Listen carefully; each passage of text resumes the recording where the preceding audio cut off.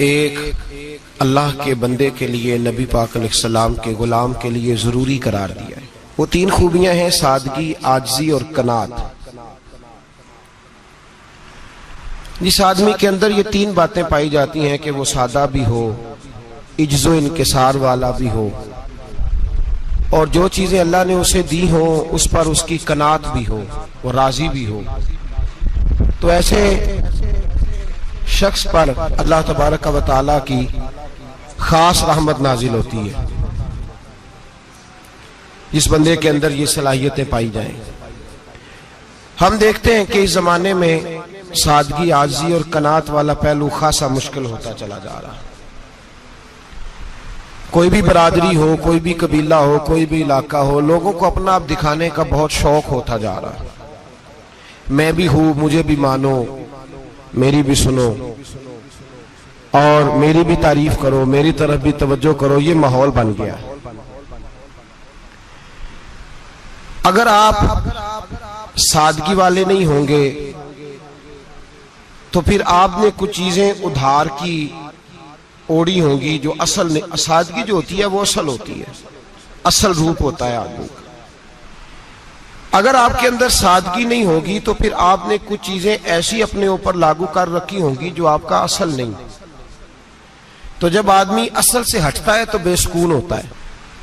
اللہ تبارک و تعالی نے منہ میں دانت بنائے ہیں تو یہ اصل ہے۔ ان کے اندر دھاگے کے برابر بھی کوئی چیز چلی جائے تو وہ بے چین کر دیتی ہے، چونکہ وہ اصل نہیں ہوتی۔ تو جب آپ سادگی میں رہیں گے تو اصل جگہ پہ رہیں گے، اصل جگہ پہ، پھر آپ تکلیف میں مبتلا نہیں ہوں۔ عاجزی کا مطلب یہ ہوتا ہے کہ آپ اللہ کے کسی بندے کو حقیر نہ سمجھیں، چھوٹا نہ سمجھیں، ذلیل نہ سمجھیں۔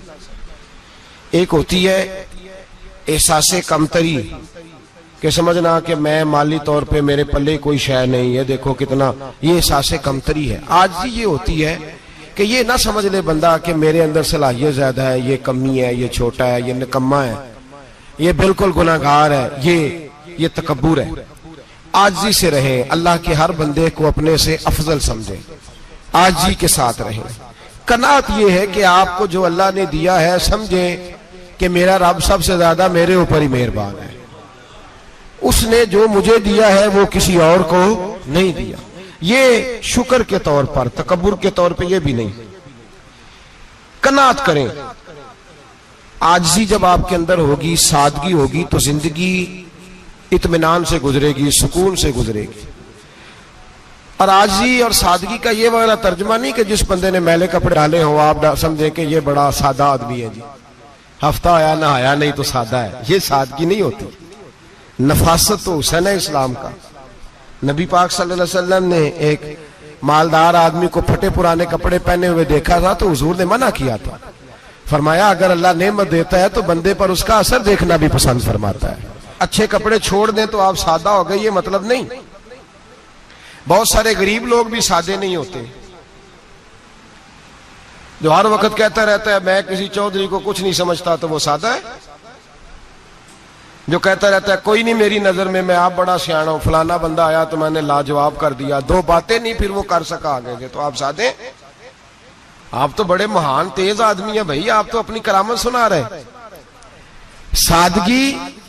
سادگی کا مطلب ہے بے تکلف زندگی، جس میں کوئی تکلف نہ پایا جائے، جو بندہ ہو وہی وہ بیان کرے، یہ سادگی ہے۔ یہ سادگی کے خلاف ہے کہ آپ جو نہیں ہے وہ آپ۔ میرا ایک تجربہ ہے، اس کو آپ قرآن و حدیث کا نچوڑ نہ سمجھیے گا، میری ذاتی بات ہے تو اس کو ذاتی رہنے دیجیے گا۔ کبھی کبھی میں پریشان ہوتا ہوں، آپ کسی کی دعوت کھانے جائیں نا، وہ عقیقے کی ہو، ولیمے کی ہو، کوئی بھی ہو، اچھا جب آپ کھا لیتے ہیں نا تو پھر وہ آدمی مطالبہ کرتا ہے کہ آپ اس کی تعریف کریں، پھر اس کا یہ مطالبہ ہوتا ہے۔ وہ بالکل میری طرح کا دیہاتی بھی ہو تو کہتا ہے میں منڈیاں نو کل آکھیا کہ لیاؤ پھر کوئی کٹا چنگا تگڑا جیا، اج جی آکھن نہ کہ جناب دی دعوت سی تے اس پکائے کچھ نہیں۔ وہ پھر جس لے کٹا ایڈا ودیا لیا کے نائی اگے رکھیا تے انہیں پہلی ہری انج دا ویکھیا سی، انہیں پھر بنایا کہ کمال کر چھڑی۔ مطالبہ کیا ہے اس کا بھلا؟ تو انو آکھے کہ جنج دی تساں روٹی پکائی میں کدے نہیں کھا دی. یہ ہر آدمی کا مطالبہ، ہر آدمی. جناب میں سویرے گیا ہوں تو تازی سبزی اسپیشل آپ کے لیے میں لے کے آیا ہوں، اور یہ وہ والی لایا ہوں جو ملتی نہیں تھی پوری دنیا سے، صرف مجھے ملی ہے. تو یہ عاجزی نہیں، یہ سادگی نہیں، یہ بناوٹ ہے. یہ میں امیر غریب یہ سارے لوگ یہ کام کرتے ہیں، سارے. جو ہم نہیں وہ ہم بن کے دکھاتے ہیں، جو ہم ہیں نہیں وہ ہم بنتے ہیں. اس کا نقصان یہ ہوتا ہے کہ جب وہ چیز جو اصل نہیں ہوتی وہ آتی ہے تو تکلیف دیتی ہے. نبی پاک علیہ السلام کی زندگی سادی تھی. کس طرح کی سادی تھی؟ 2 جملے حضرت عبداللہ ابن عباس کے 2 جملے اور بات ختم کر دی. فرماتے ہیں میرے رسول پاک علیہ السلام کی زندگی سادی تھی. یہ کیسی سادی تھی؟ فرماتے ہیں جو ملتا تھا حضور پہن لیتے تھے، جو سامنے آتا تھا کھا لیتے تھے. کوئی تکلف نہیں کہ میں نے یہ نہیں کھانا، یہ کھانا ہے، یہ نہیں لینا، یہ لینا ہے. یہ مزاج نہیں، طبیعت نہیں. ہماری تو پسند ناپسند ہوتی ہے نا. حضور کو کدو زیادہ پسند تھا، یہ تو آپ کو حدیث میں ملے گا، یہ تو ملے گا. لیکن یہ نہیں ملے گا کہ نبی پاک صلی اللہ علیہ وسلم کو گندم ناپسند تھی، یہ نہیں ملے گا. آپ کو یہ تو ملے گا کہ رسول پاک کو دودھ زیادہ پسند تھا، یہ نہیں ملے گا کہ سادہ پانی ناپسند تھا.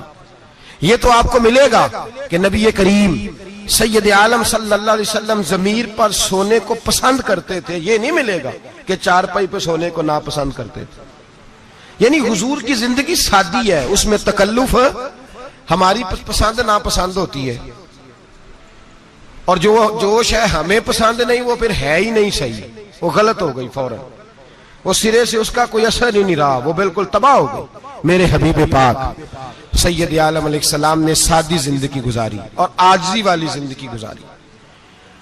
ہم لوگ عاجز نہیں ہوتے، عاجز نہیں ہو. اگر ہم لوگ عاجز ہو جائیں تو لڑائیاں ختم ہو جائیں. ہر خاندان میں ہر گھر میں لڑائی ہے، اس کا مطلب ہے کہ عاجزی، جہاں عاجزی ہوتی ہے وہاں لڑائی نہیں ہوتی، جھگڑا نہیں ہوتا. ہمارا بھائی سے، بھتیجے سے، بھانجے سے، بیوی سے، سسرال والوں سے، رشتہ داروں سے، بھائیوں سے اگر اختلاف چل رہا ہے اور ہر جگہ چل رہا ہے تو ساری جگہ تو غلطیاں نہیں نہ پائی جاتی، کہیں ہماری بھی غلطی ہوتی ہے. تو یہ جو اختلاف چل رہے ہیں اور صلح نہیں ہو رہی، اس کی وجہ یہ ہے کہ ہمارے اندر عاجزی انکساری ہو، تو پھر تو جھگڑا ہی کوئی نہیں. میرے نبی پاک علیہ السلام کی زندگی میں عاجزی ہے، انکساری ہے. اس لیے حضور نے کبھی لمبی چوڑی باتیں نہیں سنائی. صحابہ کہتے ہیں نبی پاک علیہ السلام تقریر چھوٹی کرتے تھے، نماز لمبی پڑھتے تھے. تقریر، نماز، ہماری باتیں لمبی اور نمازیں اللہ اکبر الٹ بالکل سلسلہ. نبی پاک علیہ السلام نے سادگی، عاجزی کو اپنایا. بہت غریب آدمی، بڑا ماڑا بندہ جو 100 روپیہ دیہاڑی لیتا ہے، اور بار جب وہ دیہاڑی کرنے گیا ہے تو وہ شام کو جب اس نے نا سمیٹا ہے نا وہ سیمٹ اور ریت اور وہ ساری چیزیں، تو وہاں وہ جھاڑو پھیر کے آیا ہے. پھیرتے ہیں نا جی مزدور جھاڑو، یہ کام وہ کرنے کو تیار ہے، پر اپنے گھر میں آ کے جھاڑو دینے کو تیار نہیں وہ، اس لیے کہ یہ اس کی مردانگی کے خلاف ہے. بار جب وہ گیا ہے کسی ہوٹل میں کام کر رہا ہے، ٹائی پینٹ کوٹ پہن کے وہ بڑا اچھا، وہاں اگر اس کو برتن دھونے پڑے تو دھو لیے، بلکہ اگر ناراض نہ ہو جائیں باہر رہنے والے ساتھی تو ڈھیروں لوگ باہر جا کے ہوٹلوں میں برتن مانجتے ہیں، لیکن وہاں ان کے روب کو، ان کے نام کو کوئی دھبا لگتا، لیکن گھر کے اندر جس برتن میں انہوں نے خود روٹی کھائی ہے، اگر ان کو یہ کہہ دیا جائے نا کہ یہ دھو لو، تو پھر تو طلاق تک نوبت آ جاتی، پھر تو مسئلہ خراب ہے. پھر تو ہو سکتا ہے کہ بیوی کی اماں کی بھی خیر نہ ہو، تجھے اس نے سکھایا کچھ نہیں، مجھے ہی تو نے کہہ دیا اٹھ جا. یہ ہمارا حال ہے، اور ہے ہم سارے عاجز مسکین، ہے ہم سارے ماڑے غریب، یہ سارا اپنی جگہ طے. لیکن جہاں ڈٹنا ہے، بلکہ یوں سمجھ لیں کہ جہاں روب نہ چلا وہاں مسکین ہو گئے، اور جہاں چل گیا اب بادشاہ ہو گئے. میرے رسول پاک سید عالم علیہ السلام کا اسوہ نور سنو. سیدہ طیبہ طاہرہ حضرت عائشہ صدیقہ رضی اللہ تعالیٰ عنہ فرماتے ہیں حضور گھر میں آتے اگر گھر کے اندر جھاڑو دینے والا ہے تو مصطفیٰ نے اٹھا کے کام کرنا شروع کر دیا ہے. یہ معمولی بات نہیں. اگر حضرت فاطمہ زہرا کی چکی پیسنے کے لیے فرشتے آ سکتے ہیں تو رسول پاک کے گھر کا کام کرنے کے لیے بھی آ سکتے ہیں. لیکن میرے نبی پاک صلی اللہ علیہ وسلم گھر میں اپنے کپڑے دھو لیتے, پھٹ جاتے تو حضور سی لیتے. یہاں تک کہ حضرت عائشہ فرماتی ہے ایک دن حضور نے کہا کھانا پکاؤ تو میں نے کہا کنیز آٹا گوندھ رہی ہے. نبی پاک نے معلومات کی تو پتہ چلا کہ وہ کنیز تو جا چکی, بیمار تھی. فرماتی ہیں حضور نے اپنے دستے مبارک سے آٹا گوندھا, نبی پاک نے گوندا, نبی پاک نے. لگے جو مزدور شاہ ایسا, نہ دھن نہ دولت سربراہ ایسا, عرش نشیں کا زمین پہ گھر ہے, میرا پیغمبر عظیم تر ہے. نبی پاک نے آٹا گوندا اور آٹا گوند کے فرمایا عائشہ آؤ روٹی پکا دو. میں نے آٹا گوند دیا ہے. او بھائی میں بہت بڑا نواب ہوں میں عاجز مسکین, لوگوں کی میں کمیاں کوتاہیاں سناتا ہوں, لیکن اگر ذرا سا بھی ہاتھ ہلانا پڑے تو اس وقت نہ جہاں روب چلتا ہے وہاں تو چلانا چاہیے نا. جتنا ہمارا دبدبہ بنتا ہے عاجزی انکساری, یہ انسان کو سنوارتی ہے, یہ اس کو سکون دیتی ہے, یہ اس کے اندر پیدا کرتی ہے وہ چیز جو اسے اللہ کے قریب کرتی ہے. اگر آپ بڑے ہیں تو پھر آپ بڑے ہی رہ جائیں گے, بن کچھ نہیں سکیں گے. اگر آپ میں تکبر ہے تو پھر انا کا بت قائم ہو جائے گا, بن کچھ نہیں سکیں گے آپ. ہر آدمی کو اپنا آپ دکھانے کا شوق ہے, بنانے کا شوق ہے, شہرت, نام بری, اپنے آپ کو ظاہر کرنا, بتانا. 1,44,000 صحابہ تھے میرے رسول پاک کے, سارے کہیے صلی اللہ علیہ وسلم. جب حضور کا نام سنے تو درود پاک پڑھا کریں صلی اللہ تعالی علیہ وسلم. 1,44,000 صحابہ تھے. کام کر گئے, کسی نے نام نہیں بنایا, کام کیا. شاید چند 100 کے نام کتابوں میں ملتے ہوں, باقیوں نے کام کیا, نام پر توجہ ہی نہیں. اور کچھ ایسے بھی تھے جو آئے نہیں, بات مانی ہے میرے نبی پاک کی. حضرت ویسے کرنی رضی اللہ تشریف نہیں لائے, گھر رہ کے بھی حضور کی بات مانی ہے. ماں کی خدمت کرو, نہیں آئے, خدمت کری, تشریف نہیں لائے, گھر رہ کے بات مانی. درجہ کیا دیا میرے رسول پاک علیہ السلام نے؟ ڈیوٹی لگائی مولا علی شیر خدا کی, حضرت عمر فاروق رضی اللہ تعالیٰ. فرمایا میرا جبہ لے جانا اور میرے اویس سے ملنا اور اسے کہنا میری امت کی بخشش کی دعا مانگے. بھئی گھر رہ کے بات مانی, کوئی شورا نہیں, کوئی نام نہیں. امام عبد الوہاب شورانی کہتے ہیں کرن کے لوگ انہیں روڑے مارتے تھے اور ان سے پوچھتے تھے تیرا نام کیا ہے, تو جناب ویسے کرنی فرماتے تھے اگر تو قیامت میں بخشا گیا تو نام بتا دوں گا, اور اگر وہیں اڑ گیا تو نام سے کیا رہ جائے گا, یہاں تو لکھا رہ جائے گا. اور پھر دعا مانگی, امام شورانی نے لکھا ہے دعا مانگی حضرت اویس کرنی نے, اے اللہ میں نے زندگی چھپ کے گزاری ہے, مجھے ظاہر نہ کرنا. میں سراپا مخزن راز تھا اور رہا تھا مدتوں راز میں, یہ تو تیرا شوق دید کشاں کشاں مجھے کھینچ لایا مجاز میں. اے اللہ میں نے پردے میں وقت گزارا ہے, اللہ مسترنا بسترک الجمیل. اے اللہ بس مجھے پردوں میں رکھنا, پردوں میں. اٹھ بلیا چلو تھے بسیے جتھے بس دینی سارے انے, نہ کوئی ساڈی ذات پچھانے نہ کوئی سانو مننے. اے اللہ مجھے پردہ دے, شہرت نہیں چاہیے, میرا نام نہ ہو, کوئی جانے کوئی پہچانے نہ, بس میں تیرا ہوں تو چھپ کے تیرے پاس آ جاؤ. امام فرماتے اللہ 70,000 فرشتے قیامت کے دن حضرت اویس کرنی کی شکل کے پیدا کرے گا اور ان فرشتوں کے اندر چھپا کے جناب اویس کو اپنی اور اپنے محبوب کی بارگاہ تک لے جائے گا. چونکہ وہ چھپے رہے, ضرورت نہیں. میں سراپا مخزن راز تھا, میں تو رہا تھا مدتوں راز میں, یہ تو تیرا شوق دید کشاں کشاں مجھے کھینچ لایا مجاز میں. شوق نہیں, مجھے بھی پوچھ لو, میرا بھی نام لے لو. اب تو اس قدر زیادہ انا کا بت آ گیا, روٹی کھلاؤ, جس کو کھلائی اس کی فوٹو کھینچ کے فیس بک پہ دو, پانی پلایا تو پہلے اس کی فوٹو دے لو, اگر سلام لیا تو پہلے چھوڑ دو یار, بس کرو. یہ انا کے بت بنا لیا ہم لوگوں, کس چکر میں پڑ گئی ہے دنیا. ایک غریب کو 2 4 5 روپے کیا دے دیے, ایک آٹے کا تھیلے کا دے دیا, 4 اخباروں میں خبر دے دی, یہ عاجزی ہے, یہ طریقہ ہے. اب تو لوگ یہاں تک ریاکاری کرنے لگے, نماز پڑھنے کے لیے آتے ہیں تو پہلے فوٹو کھینچ کے آتے ہیں, جمعے کی تیاری کرتے ہوئے. بس کر دیں, بس کریں. کہیں رکیں، کسی جگہ سٹاپ کریں، اپنے اندر انکساری پیدا کریں. جو ختم ہو گیا وہ بچ گیا، جو اپنے آپ کو بناتا رہا وہ کبھی بن نہ سکا. بچا وہی جو رب کی بارگاہ میں مٹ گیا. ہماری تو عمر گزر گئی ہے اپنے آپ کو تعمیر کرتے، ساری زندگی گزر گئی. میرا بھی نام لو، 30 سال میں رہ کے آیا ہوں جی سعودی عرب کے فلانے محلے میں، کسی سے میرا نام پوچھو گے تو پہنچ جاؤ گے. کیا ہوتے تھے آپ وہاں؟ کیا نام پوچھیں؟ وہاں تو بادشاہوں کے نام اب کوئی نہیں لیتا. مٹ گئے جو آئے تھے چلے گئے. گکھڑ آنا تو چوک سے کسی سے بھی پوچھ لینا میں بھی ہوتا ہوں. کیا ہوتے ہو؟ یہاں بڑے لوگ تھے جن کا توتی بچتا تھا، ختم ہو گئے. تو اور میں بھی جانے والے. اور زمانہ آئے گا، مٹنے کے لیے دنیا آئی ہے. اگر دنیا میں خود بخود اپنے آپ کو مٹا کے رکھو گے تو اللہ عزت عطا فرمائے گا.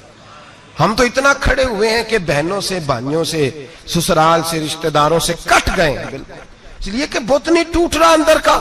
میرے نبی پاک سید عالم علیہ السلام کے غلام بڑا کچھ تھے، پر ان کی زبانوں پہ کبھی کچھ ہونے کا ذکر نہیں آیا. بڑا کچھ تھے، وہ بڑا کچھ تھے. حضرت ابوبکر صدیق رضی اللہ بڑا کچھ تھے نا. کیا بات تھی. میرے مصطفیٰ کریم سید عالم صلی اللہ علیہ وسلم نے فرمایا ابو بکر میرا وہ خلیل ہے کہ دنیا میں بھی میرا سجن ہے، قیامت میں بھی میرا دوست ہوگا.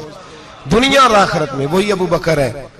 محلے میں 7 غریب بچیاں رہتی ہیں، وہ کہتی ہیں ہماری بکریاں، باپ فوت ہو گیا، بکریوں کا دودھ دھو دو. تو ابو بکر صدیق بکریوں کا دودھ دھونے چلے جاتے ہیں، ان کے گھر کا کام کاج کر کے آتے ہیں. سیدنا عمر فاروق میرے نبی پاک علیہ السلام نے فرمایا فرشتے 950 سال میرے عمر کی شان بیان کریں تو ختم نہیں ہو سکتی.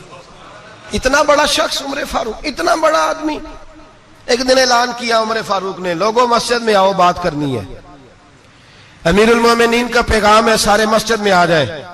کھچا کھچ مسجد نبوی صحابہ سے بھر گئی. اور ایسا جب اعلان ہوتا تھا تو صحابہ دوڑ کے آتے تھے. شاید کو جنگ ہے، شاید کسی نے حملہ کر دیا ہے، شاید کوئی نئی بات ہے. دوڑے آئے لوگ، مسجد نبی کھچا کھچ بھر گئی. سیدنا فاروق اعظم رضی اللہ تعالیٰ عنہ منبر پہ بیٹھے.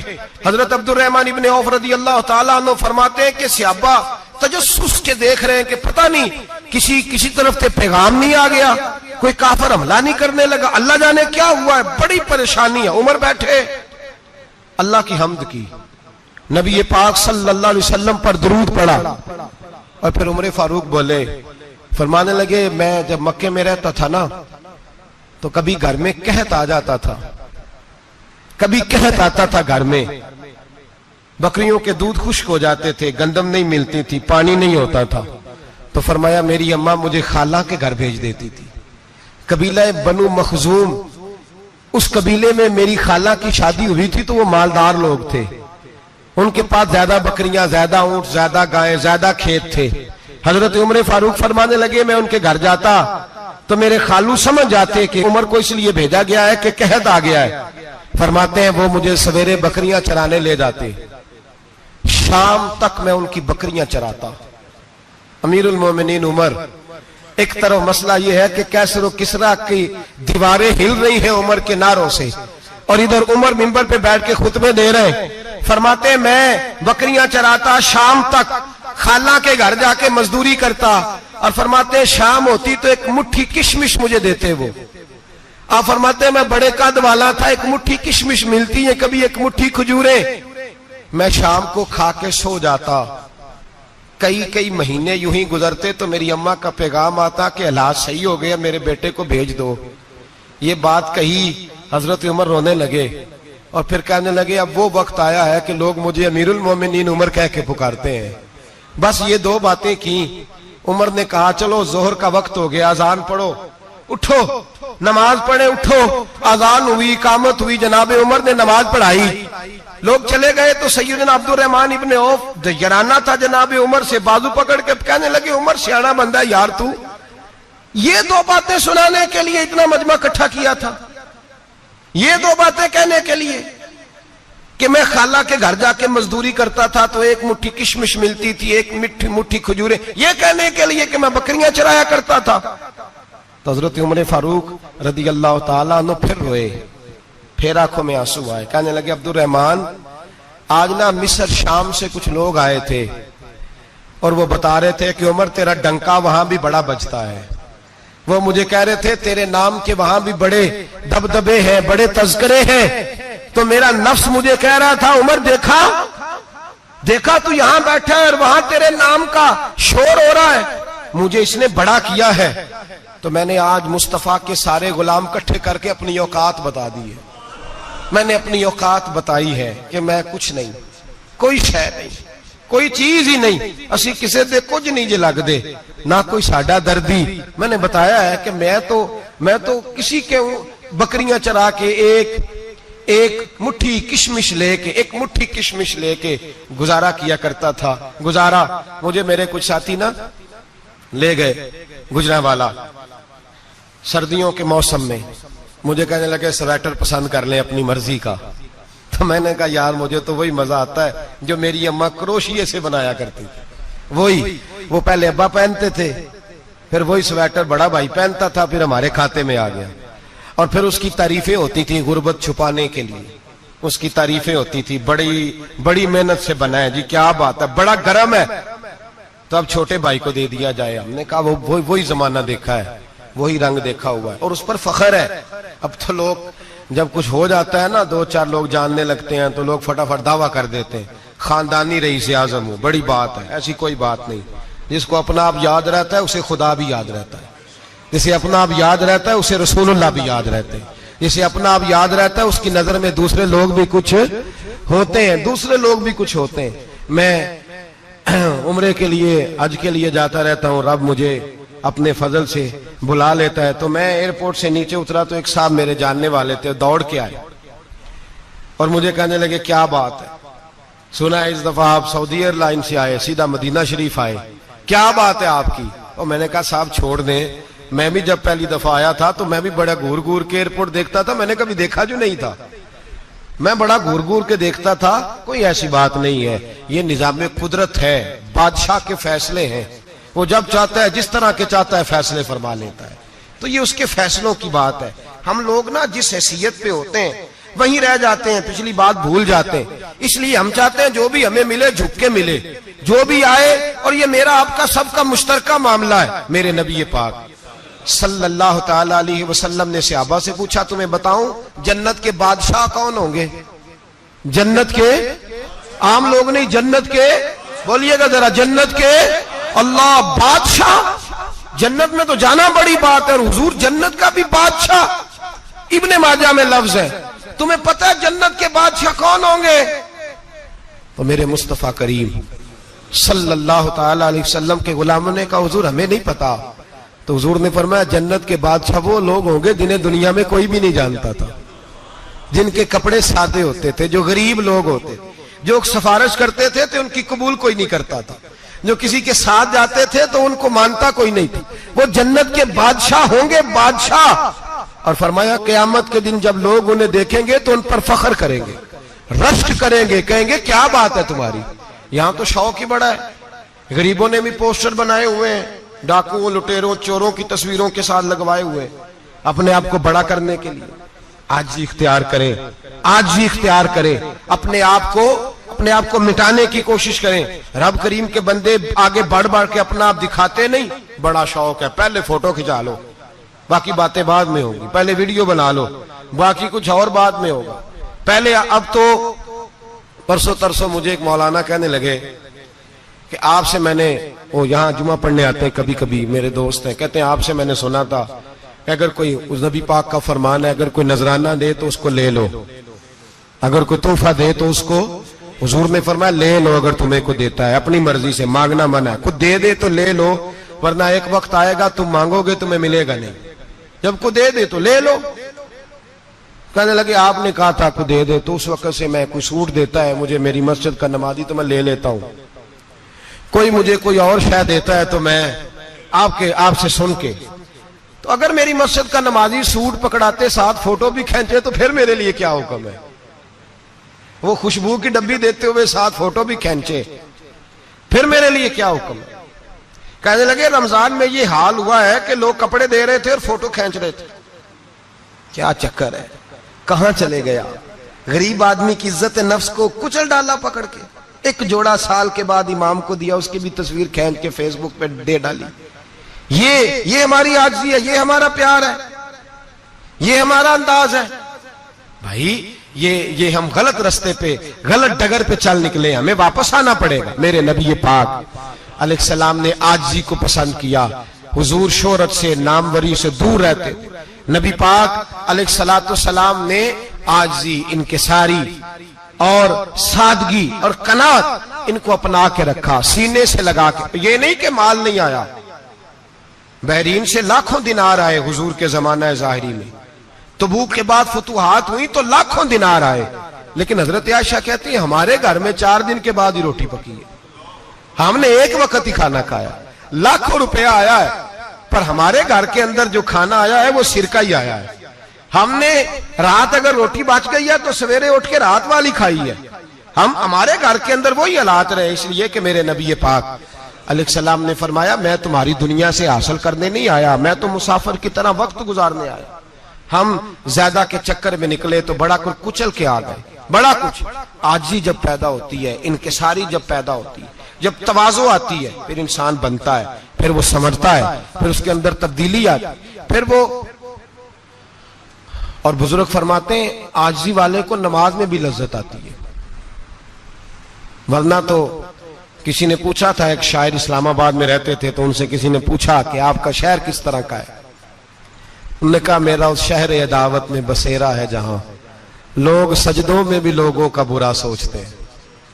میرا اس شہر عداوت میں بسیرا ہے جہاں لوگ سجدوں میں بھی لوگوں کا، نماز پڑھتے ہوئے کہتے ہیں دیکھو کتنی بو آ رہی ہے اس سے، کپڑے نہیں بدل کے آیا، نماز پڑھتے ہوئے بھی ساتھ والے کے بارے میں برا سوچ رہے ہیں۔ جب آجی سید احمد کبیر رفائی رحمت اللہ تعالی علیہ، یہ سلسلہ رفائیہ کے شیخ ہیں، اعلیٰ حضرت رحمت اللہ علیہ نے ان کی بڑی تعریف لکھی ہے فتاوی رضویہ میں۔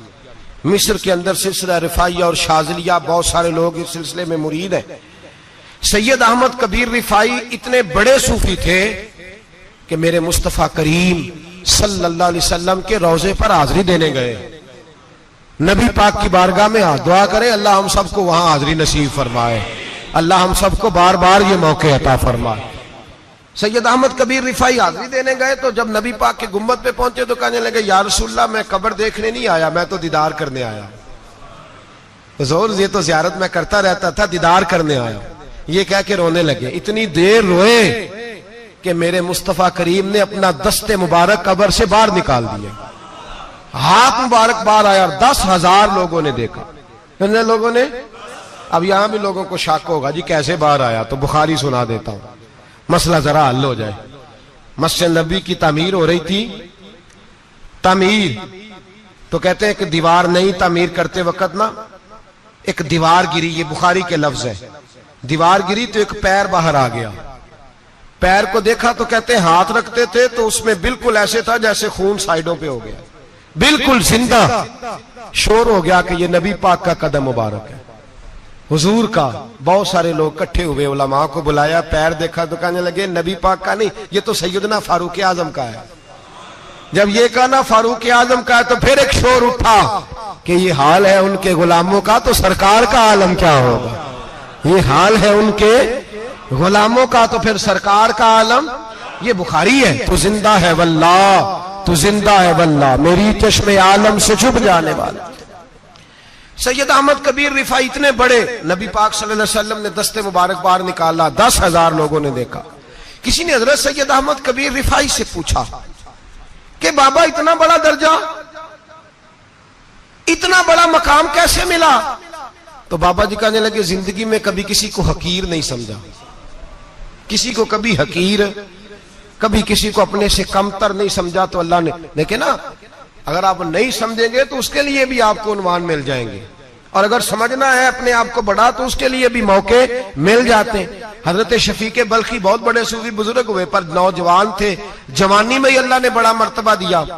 حضرت عبداللہ بن مبارک بوڑھے تھے، دونوں ایک محفل میں اکٹھے ہوئے۔ اب بغداد سارا ماننے والا تھا اور دونوں کا ماننے والا تھا۔ آخر میں دعا بزرگ کرایا کرتے تھے محفل کے اختتام پر۔ حضرت شفیق بلخی جناب عبداللہ بن مبارک سے کہنے لگے آپ دعا کریں، آپ دعا کریں، آپ بزرگ ہیں، اب جس نے جو ماننا ہے اسے اس کے لیے عنوان بھی مل جائے گا۔ حضرت سیدنا عبداللہ بن مبارک کہنے لگے بیٹے تو دعا کر، تیری عمر تھوڑی ہے، تیرے گناہ بھی تھوڑے ہیں، تیری عمر تھوڑی ہے، تیرے گناہ بھی تھوڑے ہیں۔ تو سیدنا شفیق بلخی کہنے لگے نہیں حضور آپ دعا کریں، آپ کی عمر زیادہ ہے تو نیکیاں بھی تو زیادہ ہی ہے نا، نمازیں بھی تو آپ کی زیادہ ہے نا، روزے بھی تو زیادہ، رمضان بھی تو آپ کی عمر میں زیادہ ہے نا، آج بھی تو آپ نے زیادہ۔ اگر آپ نے کسی کو اپنے سے بڑا سمجھنا ہے تو عنوان آپ کو مل جائے، چھوٹا سمجھنا ہے تو اس کے لیے بھی عنوان آپ کو۔ بات تو یہ ہے کہ آپ کیا کرنا، اگر آپ کسی کو حقیر سمجھنا چاہتے ہیں تو بات ختم ہو گئی۔ سید احمد کبیر رفاعی فرماتے ہیں زندگی بھر کبھی کسی کو حقیر نہیں سمجھا، اللہ کی ساری مخلوق کی کیا بات ہے۔ اللہ قرآن میں کہتا ہے ان اللہ لا یستحی ان یضرب مثلا ما بعوضۃ فما فوقها، اللہ شرم نہیں کرتا کہ ایک مچھر کی مثال بیان کرے یا اس سے بھی کم تر۔ اللہ مچھر کی بات کرتا ہے اتنا بڑا ہو کے، وہ کہتا ہے میں کروں گا، میری مخلوق جو ہے تو حضرت احمد کبیر رفاعی فرمانے لگے میں نے کبھی کسی کو حقیر، بولیے کبھی کسی کو حقیر۔ ہم لوگوں کے پاس عنوان بڑے حقیر سمجھنے کے لیے، ہم سمجھ لیتے ہیں۔ امیر آدمی کہتا ہے غریب محنت کیوں نہیں کرتا، محنت کرے امیر ہو جائے گا، عنوان ہوا کہ نہ تنقید کرنے کا۔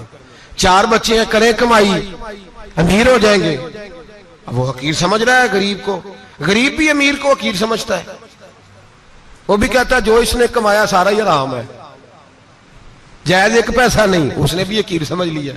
یعنی وہ یہ کہہ رہا ہے کہ میں حلال کھاتا ہوں، یہ امیر حرام کھاتے ہیں، تو بات ختم ہو گئی، اس نے بھی حقیر سمجھ لیا، اس نے بھی حقیر سمجھ لیا۔ اب عنوان ہی تھا نا، اگر عنوان بدل لیتے تو بات بن جاتی۔ امیر اگر یہ کہتا کہ میں اس غریب کی مدد کروں گا اس لیے کہ پیسے محنت سے نہیں ملتے، خدا کے فضل سے ملتے ہیں، تو وہ یہ نہ کہتا کہ یہ محنت کرتا تو آگے چلا جاتا۔ اور غریب اگر سمجھتا اس بات کو تو یہ نہ کہتا امیر سارے حرام ہی کھاتے ہیں، وہ کہتا بھئی رب نے جو میرے لیے پسند کیا مجھے دیا، جو اس کے لیے پسند کیا اسے دیا، بات ختم ہو گئی، جھگڑا ختم۔ عنوان تو مل جائے گا آپ کو، مثبت بھی اور منفی بھی، تو اچھی بات نہیں کہ مثبت اختیار کریں۔ سید احمد کبیر رفاعی کہتے ہیں میں گزر رہا تھا، ایک دن میرے ساتھ ایسا ہوا کہ میں گزر رہا تھا کھیت کے اندر سے، ادھر بھی پانی تھا ادھر بھی پانی تھا، ہوتا ہے نا پانی پانی ہوتا ہے فصلوں میں کئی دفعہ، کب ہوتا ہے زیادہ پانی؟ نہیں جدو کدو کری رہے جی، اور جب کدو کرتے ہیں نا تو دونوں جانب پانی بھرا ہوتا ہے نا جی، وہ ٹریکٹر بھی پانی میں چلتا ہے، میں پینڈو ہوں نا مجھے زیادہ پتا ہے کیا حالات ہوتے ہیں، تو وہ ادھر بھی پانی ادھر بھی پانی، تو درمیان میں سے وہ منڈیر ہوتی ہے چھوٹی سی، واٹا کھیدا ہے اپنی زبان ہے، تو کہتے ہیں ادھر بھی پانی تھا ادھر بھی پانی تھا۔ سید احمد کبیر رفاعی کہتے ہیں میں گزر رہا تھا، عصر کی نماز کا ٹائم ہو گیا، میں جلدی جلدی جا رہا، سامنے سے کتا آ گیا۔ انسان اشرف المخلوقات ہے، لیکن وہ اللہ کا شکر کرے گا کہ اس نے مجھے اشرف بنایا ہے، یہ نہیں کہہ سکتا کہ یہ مخلوق حقیر ہے یہ بری ہے، یہ نہیں کہہ سکتا، شکر کرے کہ مجھے اللہ نے اشرف سید احمد کبیر رفاعی کہتے ہیں کتا آ گیا سامنے سے، اب کتا آیا تو مجھے جلدی تھی، کتا بھی بھیگا ہوا تھا، اب میرا دل کرے کہ کتا نیچے اترے تو میں گزروں، کتا کھڑا ہے کہ یہ سائیڈ پہ ہو تو میں گزروں، کہتے ہیں دیر ہو گئی، تو مجھے ڈر لگتا تھا، میں نے کبھی کتے کو بھی نہیں جھڑکا تھا، کبھی کتے کو بھی، اپنی اتنی حیثیت ہی نہیں، جھڑکا ہی نہیں کبھی کسی کو۔ آپ فرماتے ہیں دیر ہو گئی تو میں نے کہا یا اللہ، حضرت سید احمد کبیر کہتے ہیں میں نے کہا یا اللہ اس کتے کو زبان ہی دے دے، میں اسے کچھ سمجھا ہی دوں، اسے زبان ہی دے دے، تو قادر مطلق ہے، کہ اسے زبان دے دی۔ تو میں نے کتے سے کہا نیچے اتر جا، میں نے نماز پڑھنی ہے، تو کہنے لگا بابا جی آپ اتر جائیں، آپ اتر جائیں، آپ اتر جائیں، میں کیوں اتروں؟ تو سید احمد کبیر رفاعی کہتے ہیں میں نے اس سے کہا کہ بات یہ ہے کہ میرے اوپر نماز فرض ہے، تیرے اوپر فرض نہیں، تو میں نے نماز پڑھنی ہے، اگر میں کھیت میں اتر گیا تو کیچڑ ہے، میرے کپڑوں کو مٹی لگ جائے گی، پتہ نہیں پانی پاک ہے کہ ناپاک ہے، تو تو اتر جا، تیرے اوپر نماز نہیں فرض، تو مجھے جانے دے۔ تو سید احمد کبیر رفاعی کہتے ہیں اس نے ایسی بات کی کہ میرے اوپر وجد طاری ہو گیا، کتے نے بات کی تو میں کانپنے لگا، راتی جاگے شیخ صداویں، راتی جاگ دے کتے تیتھوں اتے، مالک دا در مول نہ چھڑ دے، پاویں مارو 100 جتے تیتھوں اتے، او ایک برکی دا قدر پچھانن، ਭਾਵੇਂ ਮਾਲਕ ਹੋਵਣ ਸੁੱਤੇ ਤੈਥੋਂ ਉੱਤੇ ਰੁੱਖਾ ਸੁੱਖਾ ਖਾ ਦਿਨੇ ਜਾ ਰੁੱਖਾਂ ਵਿੱਚ ਸੁੱਤੇ ਤੇ ਤੈਥੋਂ ਉੱਤੇ ਉੱਠ ਬੁੱਲਿਆ ਚੱਲ ਯਾਰ ਮਨਾ ਲੈ ਨਹੀਂ ਤੇ ਬਾਜ਼ੀ ਲੈ ਗਏ ਨਹੀਂ ਕੁੱਤੇ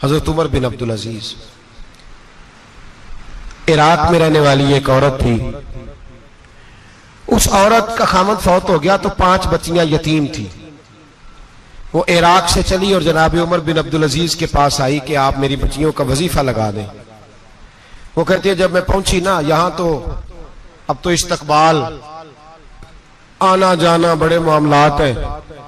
اب تو بچی کی برات آئے اور 5 7 10 20 لوگ دروازے پہ کھڑے نہ ہو تو برات ناراض ہو جاتی ہے. کہتے ہمارا استقبال ہی کسی نے نہیں کیا. تو استقبال تو اب اس طرح ہے جس طرح نشہ نہیں ہوتا, یہ استقبال کی حالت ہے, امیروں سے لے کے غریبوں تک. مجھے پوچھا ہی نہیں کسی نے, کرسی نہیں دی, آگے نہیں بٹھایا.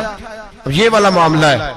اور میں میری طرح کے لوگ نیک لوگوں کی بات نہیں کرتا. اب تو ہم دیکھتے ہیں فلاں مولانا کا استقبال ہو رہا ہے, فلاں کے لیے لوگ کھڑے ہو رہے ہیں, نعرے لگ رہے ہیں.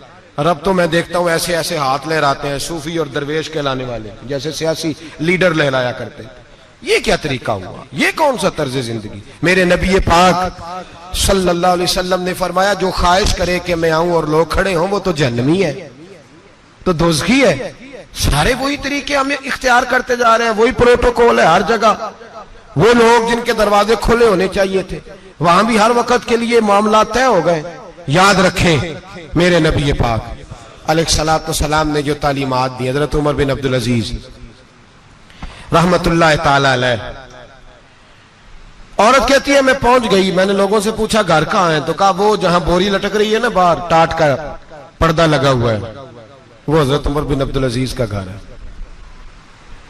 کہتی ہے میں دروازے پہ دستک دی, ایک عورت نے دروازہ کھولا تو مجھے بی بی جان کے اندر بلایا.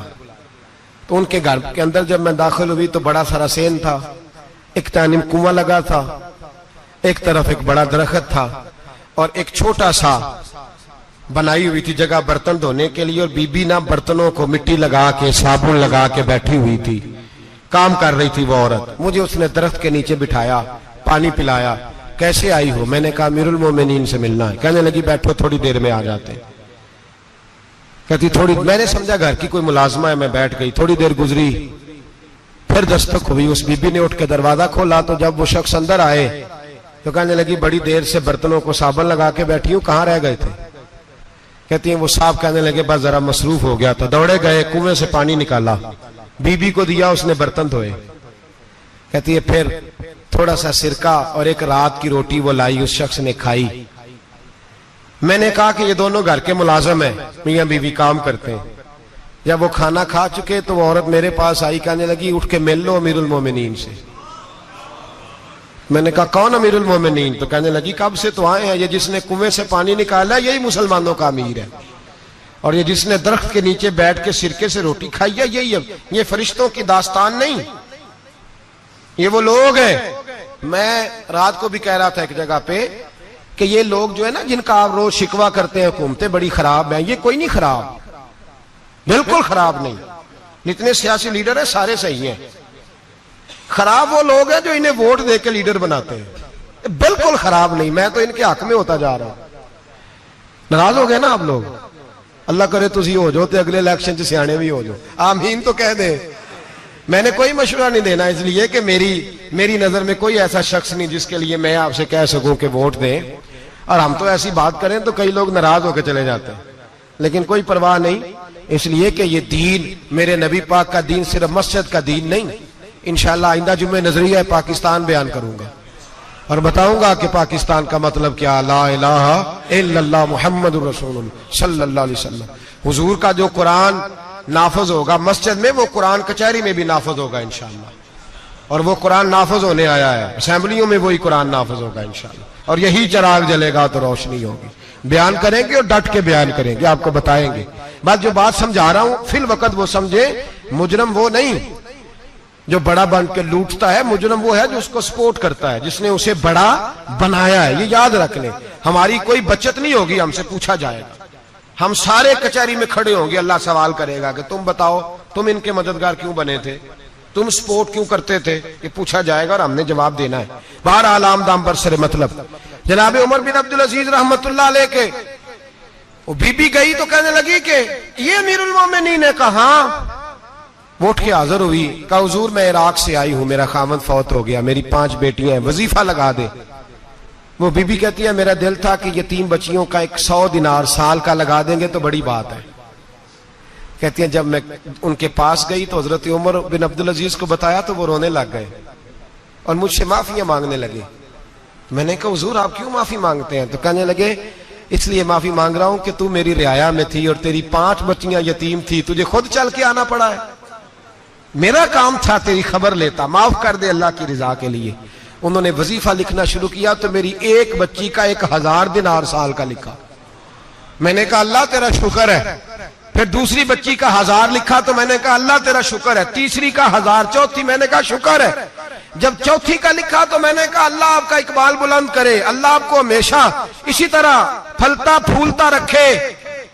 کہتے ہیں جناب عمر بن عبدالعزیز نے قلم رکھ دیا, فرمانے لگے میں 5ویں کا وظیفہ نہیں لکھوں گا, 4 بہنوں سے کہنا بانٹ کے اسے بھی دے دیں. کہا حضور کیوں؟ آپ فرمانے لگے جب تک تو اللہ کا شکر ادا کر رہی تھی میں بھی رب سے جڑا ہوا تھا اور اللہ سے ڈر کے لکھ رہا تھا. اب تو نے میری تعریف کی ہے, اب میری ذات آ گئی ہے, اب میں اگر یہ وظیفہ لکھوں گا تو اس سے اللہ راضی نہیں ہوگا, اس سے میرے نفس میں ریا پیدا ہوگی. اب میں 5ویں کا نہیں لکھوں گا, جا اور جا کے عراق کے گورنر کو دے. بی بی کہتی ہے میں گھوڑے پہ بیٹھی اور میں چند دنوں کے بعد عراق پہنچی. جب سویرے آ کے میں نے والی عراق کو رکا دیا تو وہ چیخ مار کے رویا. میں نے کہا کیا ہوا؟ تو کہنے لگا بی بی آج رات کو حضرت عمر بن عبدالعزیز کا انتقال ہو گیا, فوت ہو گئے. تو انتقال کر گئے. کہتی میں بھی تڑپ کے روئی. میں نے کہا میری یتیم بچیوں کا کیا بنے گا؟ تو وہ گورنر کہنے لگا تیرے وظیفے جاری رہیں گے, تجھے ملتے رہیں گے. تو کہنے لگی کیسے؟ کہنے لگا میں اگر تو گورنر رہا تو تیرا وظیفہ جاری رہے گا, اور اگر گورنری سے اتر بھی گیا تو میں ذاتی طور پہ مالدار ہوں, پھر بھی تیری بچیوں کے ماہانہ پیسے پہنچتے رہیں گے. میں نے کہا تو کیوں دے گا؟ کہتی وہ رو پڑا. کہنے لگا اگر امیر حضرت عمر بن عبدالعزیز جیسے ہوں تو پھر اللہ گورنروں کے دلوں میں بھی رحم ڈال دیا کرتا ہے, پھر میرے جیسے لوگوں کو بھی وہ بدل دیتا ہے. حضرت عمر بن عبدالعزیز گھر آئے, 3 بیٹیاں تھیں. ایک کو آواز دی وہ آئی تو اس نے منہ پہ ہاتھ رکھا ہے, دوسری کو آواز دی وہ آئی تو منہ پہ ہاتھ رکھا ہے, تیسری کو آواز دی تو منہ پہ ہاتھ رکھا ہے. آپ نے اپنی بیوی سے کہا کہ یہ بچیاں منہ پہ ہاتھ کیوں تینوں نے رکھا ہوا, کیا بات ہے؟ تو بی بی رو پڑی, کہنے لگی 4 دن ہو گئے میری بیٹیاں پیاس سے روٹی کھا رہی ہیں, 4 دن ہو گئے. ان کے منہ سے بدبو آتی ہے اس لیے وہ آپ کے سامنے آتی ہیں تو منہ پہ ہاتھ رکھ لیتی ہیں 4 دنوں سے. بی بی رو رہی ہے, حضرت عمر جلال میں آ گئے. آپ فرمانے لگے تو یہ رو رہی ہے, تو روئی ہے, تو نے میرے گھر میں رہ کے اللہ کی ناشکری کی ہے, تو شکر ادا نہیں کرتی کہ 3 وقت پیاز اور روٹی تجھے گھر کی 4 دیواری کے اندر مل جاتا. رو رہی ہے, میں آ میرے ساتھ باہر نکل, تجھے وہ لوگ دکھاؤں جو جھونپڑیوں میں رہتے ہیں اور مانگ کے کھاتے ہیں, آ تجھے دکھاؤں. اتنی ناشکری کہ گھر کے اندر پیاز پہنچ رہا ہے, روٹی پہنچ رہی ہے, اور تو کہتی ہے میری بیٹیاں پیاز سے کھاتی ہیں, شکر کر فاقے نہیں کاٹنے پڑے. پھر اگلے لفظ کہے تو رو پڑے. فرمانے لگے میں نے تو مصطفیٰ کے وہ حالات بھی سنے ہیں جس میں کئی دن بی بی فاطمہ نے فاقے کیے. تو گھر کے اندر پیاز پہنچ رہا ہے, تو ابھی بھی سادگی, عاجزی اور قناعت نعمت تھی ان لوگوں کی. ہمارے ہاں روز شکوا ہے, کس بات کا؟ گاڑی کوئی نہیں. روز رونا ہے, کس بات کا؟ بنگلہ کوئی نہیں. روز رونا ہے, کس بات کا؟ بینک بیلنس کوئی نہیں. 10 جوڑے کیوں نہیں عید پہ آئے؟ اور یہ صرف عورتوں کا مسئلہ نہیں, ہمارے اندر بھی یہ بات بدرجہ اولا. ہم روز اپنے آپ کو مسکین کہتے ہیں, غریب کہتے ہیں, لاچار کہتے ہیں, مجبور کہتے ہیں. کبھی دیکھو وہ جو جھونپڑیوں میں رہتے ہیں. رب رب کر دے بڈھے ہو گئے اتے ملا پنڈت سارے, رب دا کھوج کھرا نہ لبا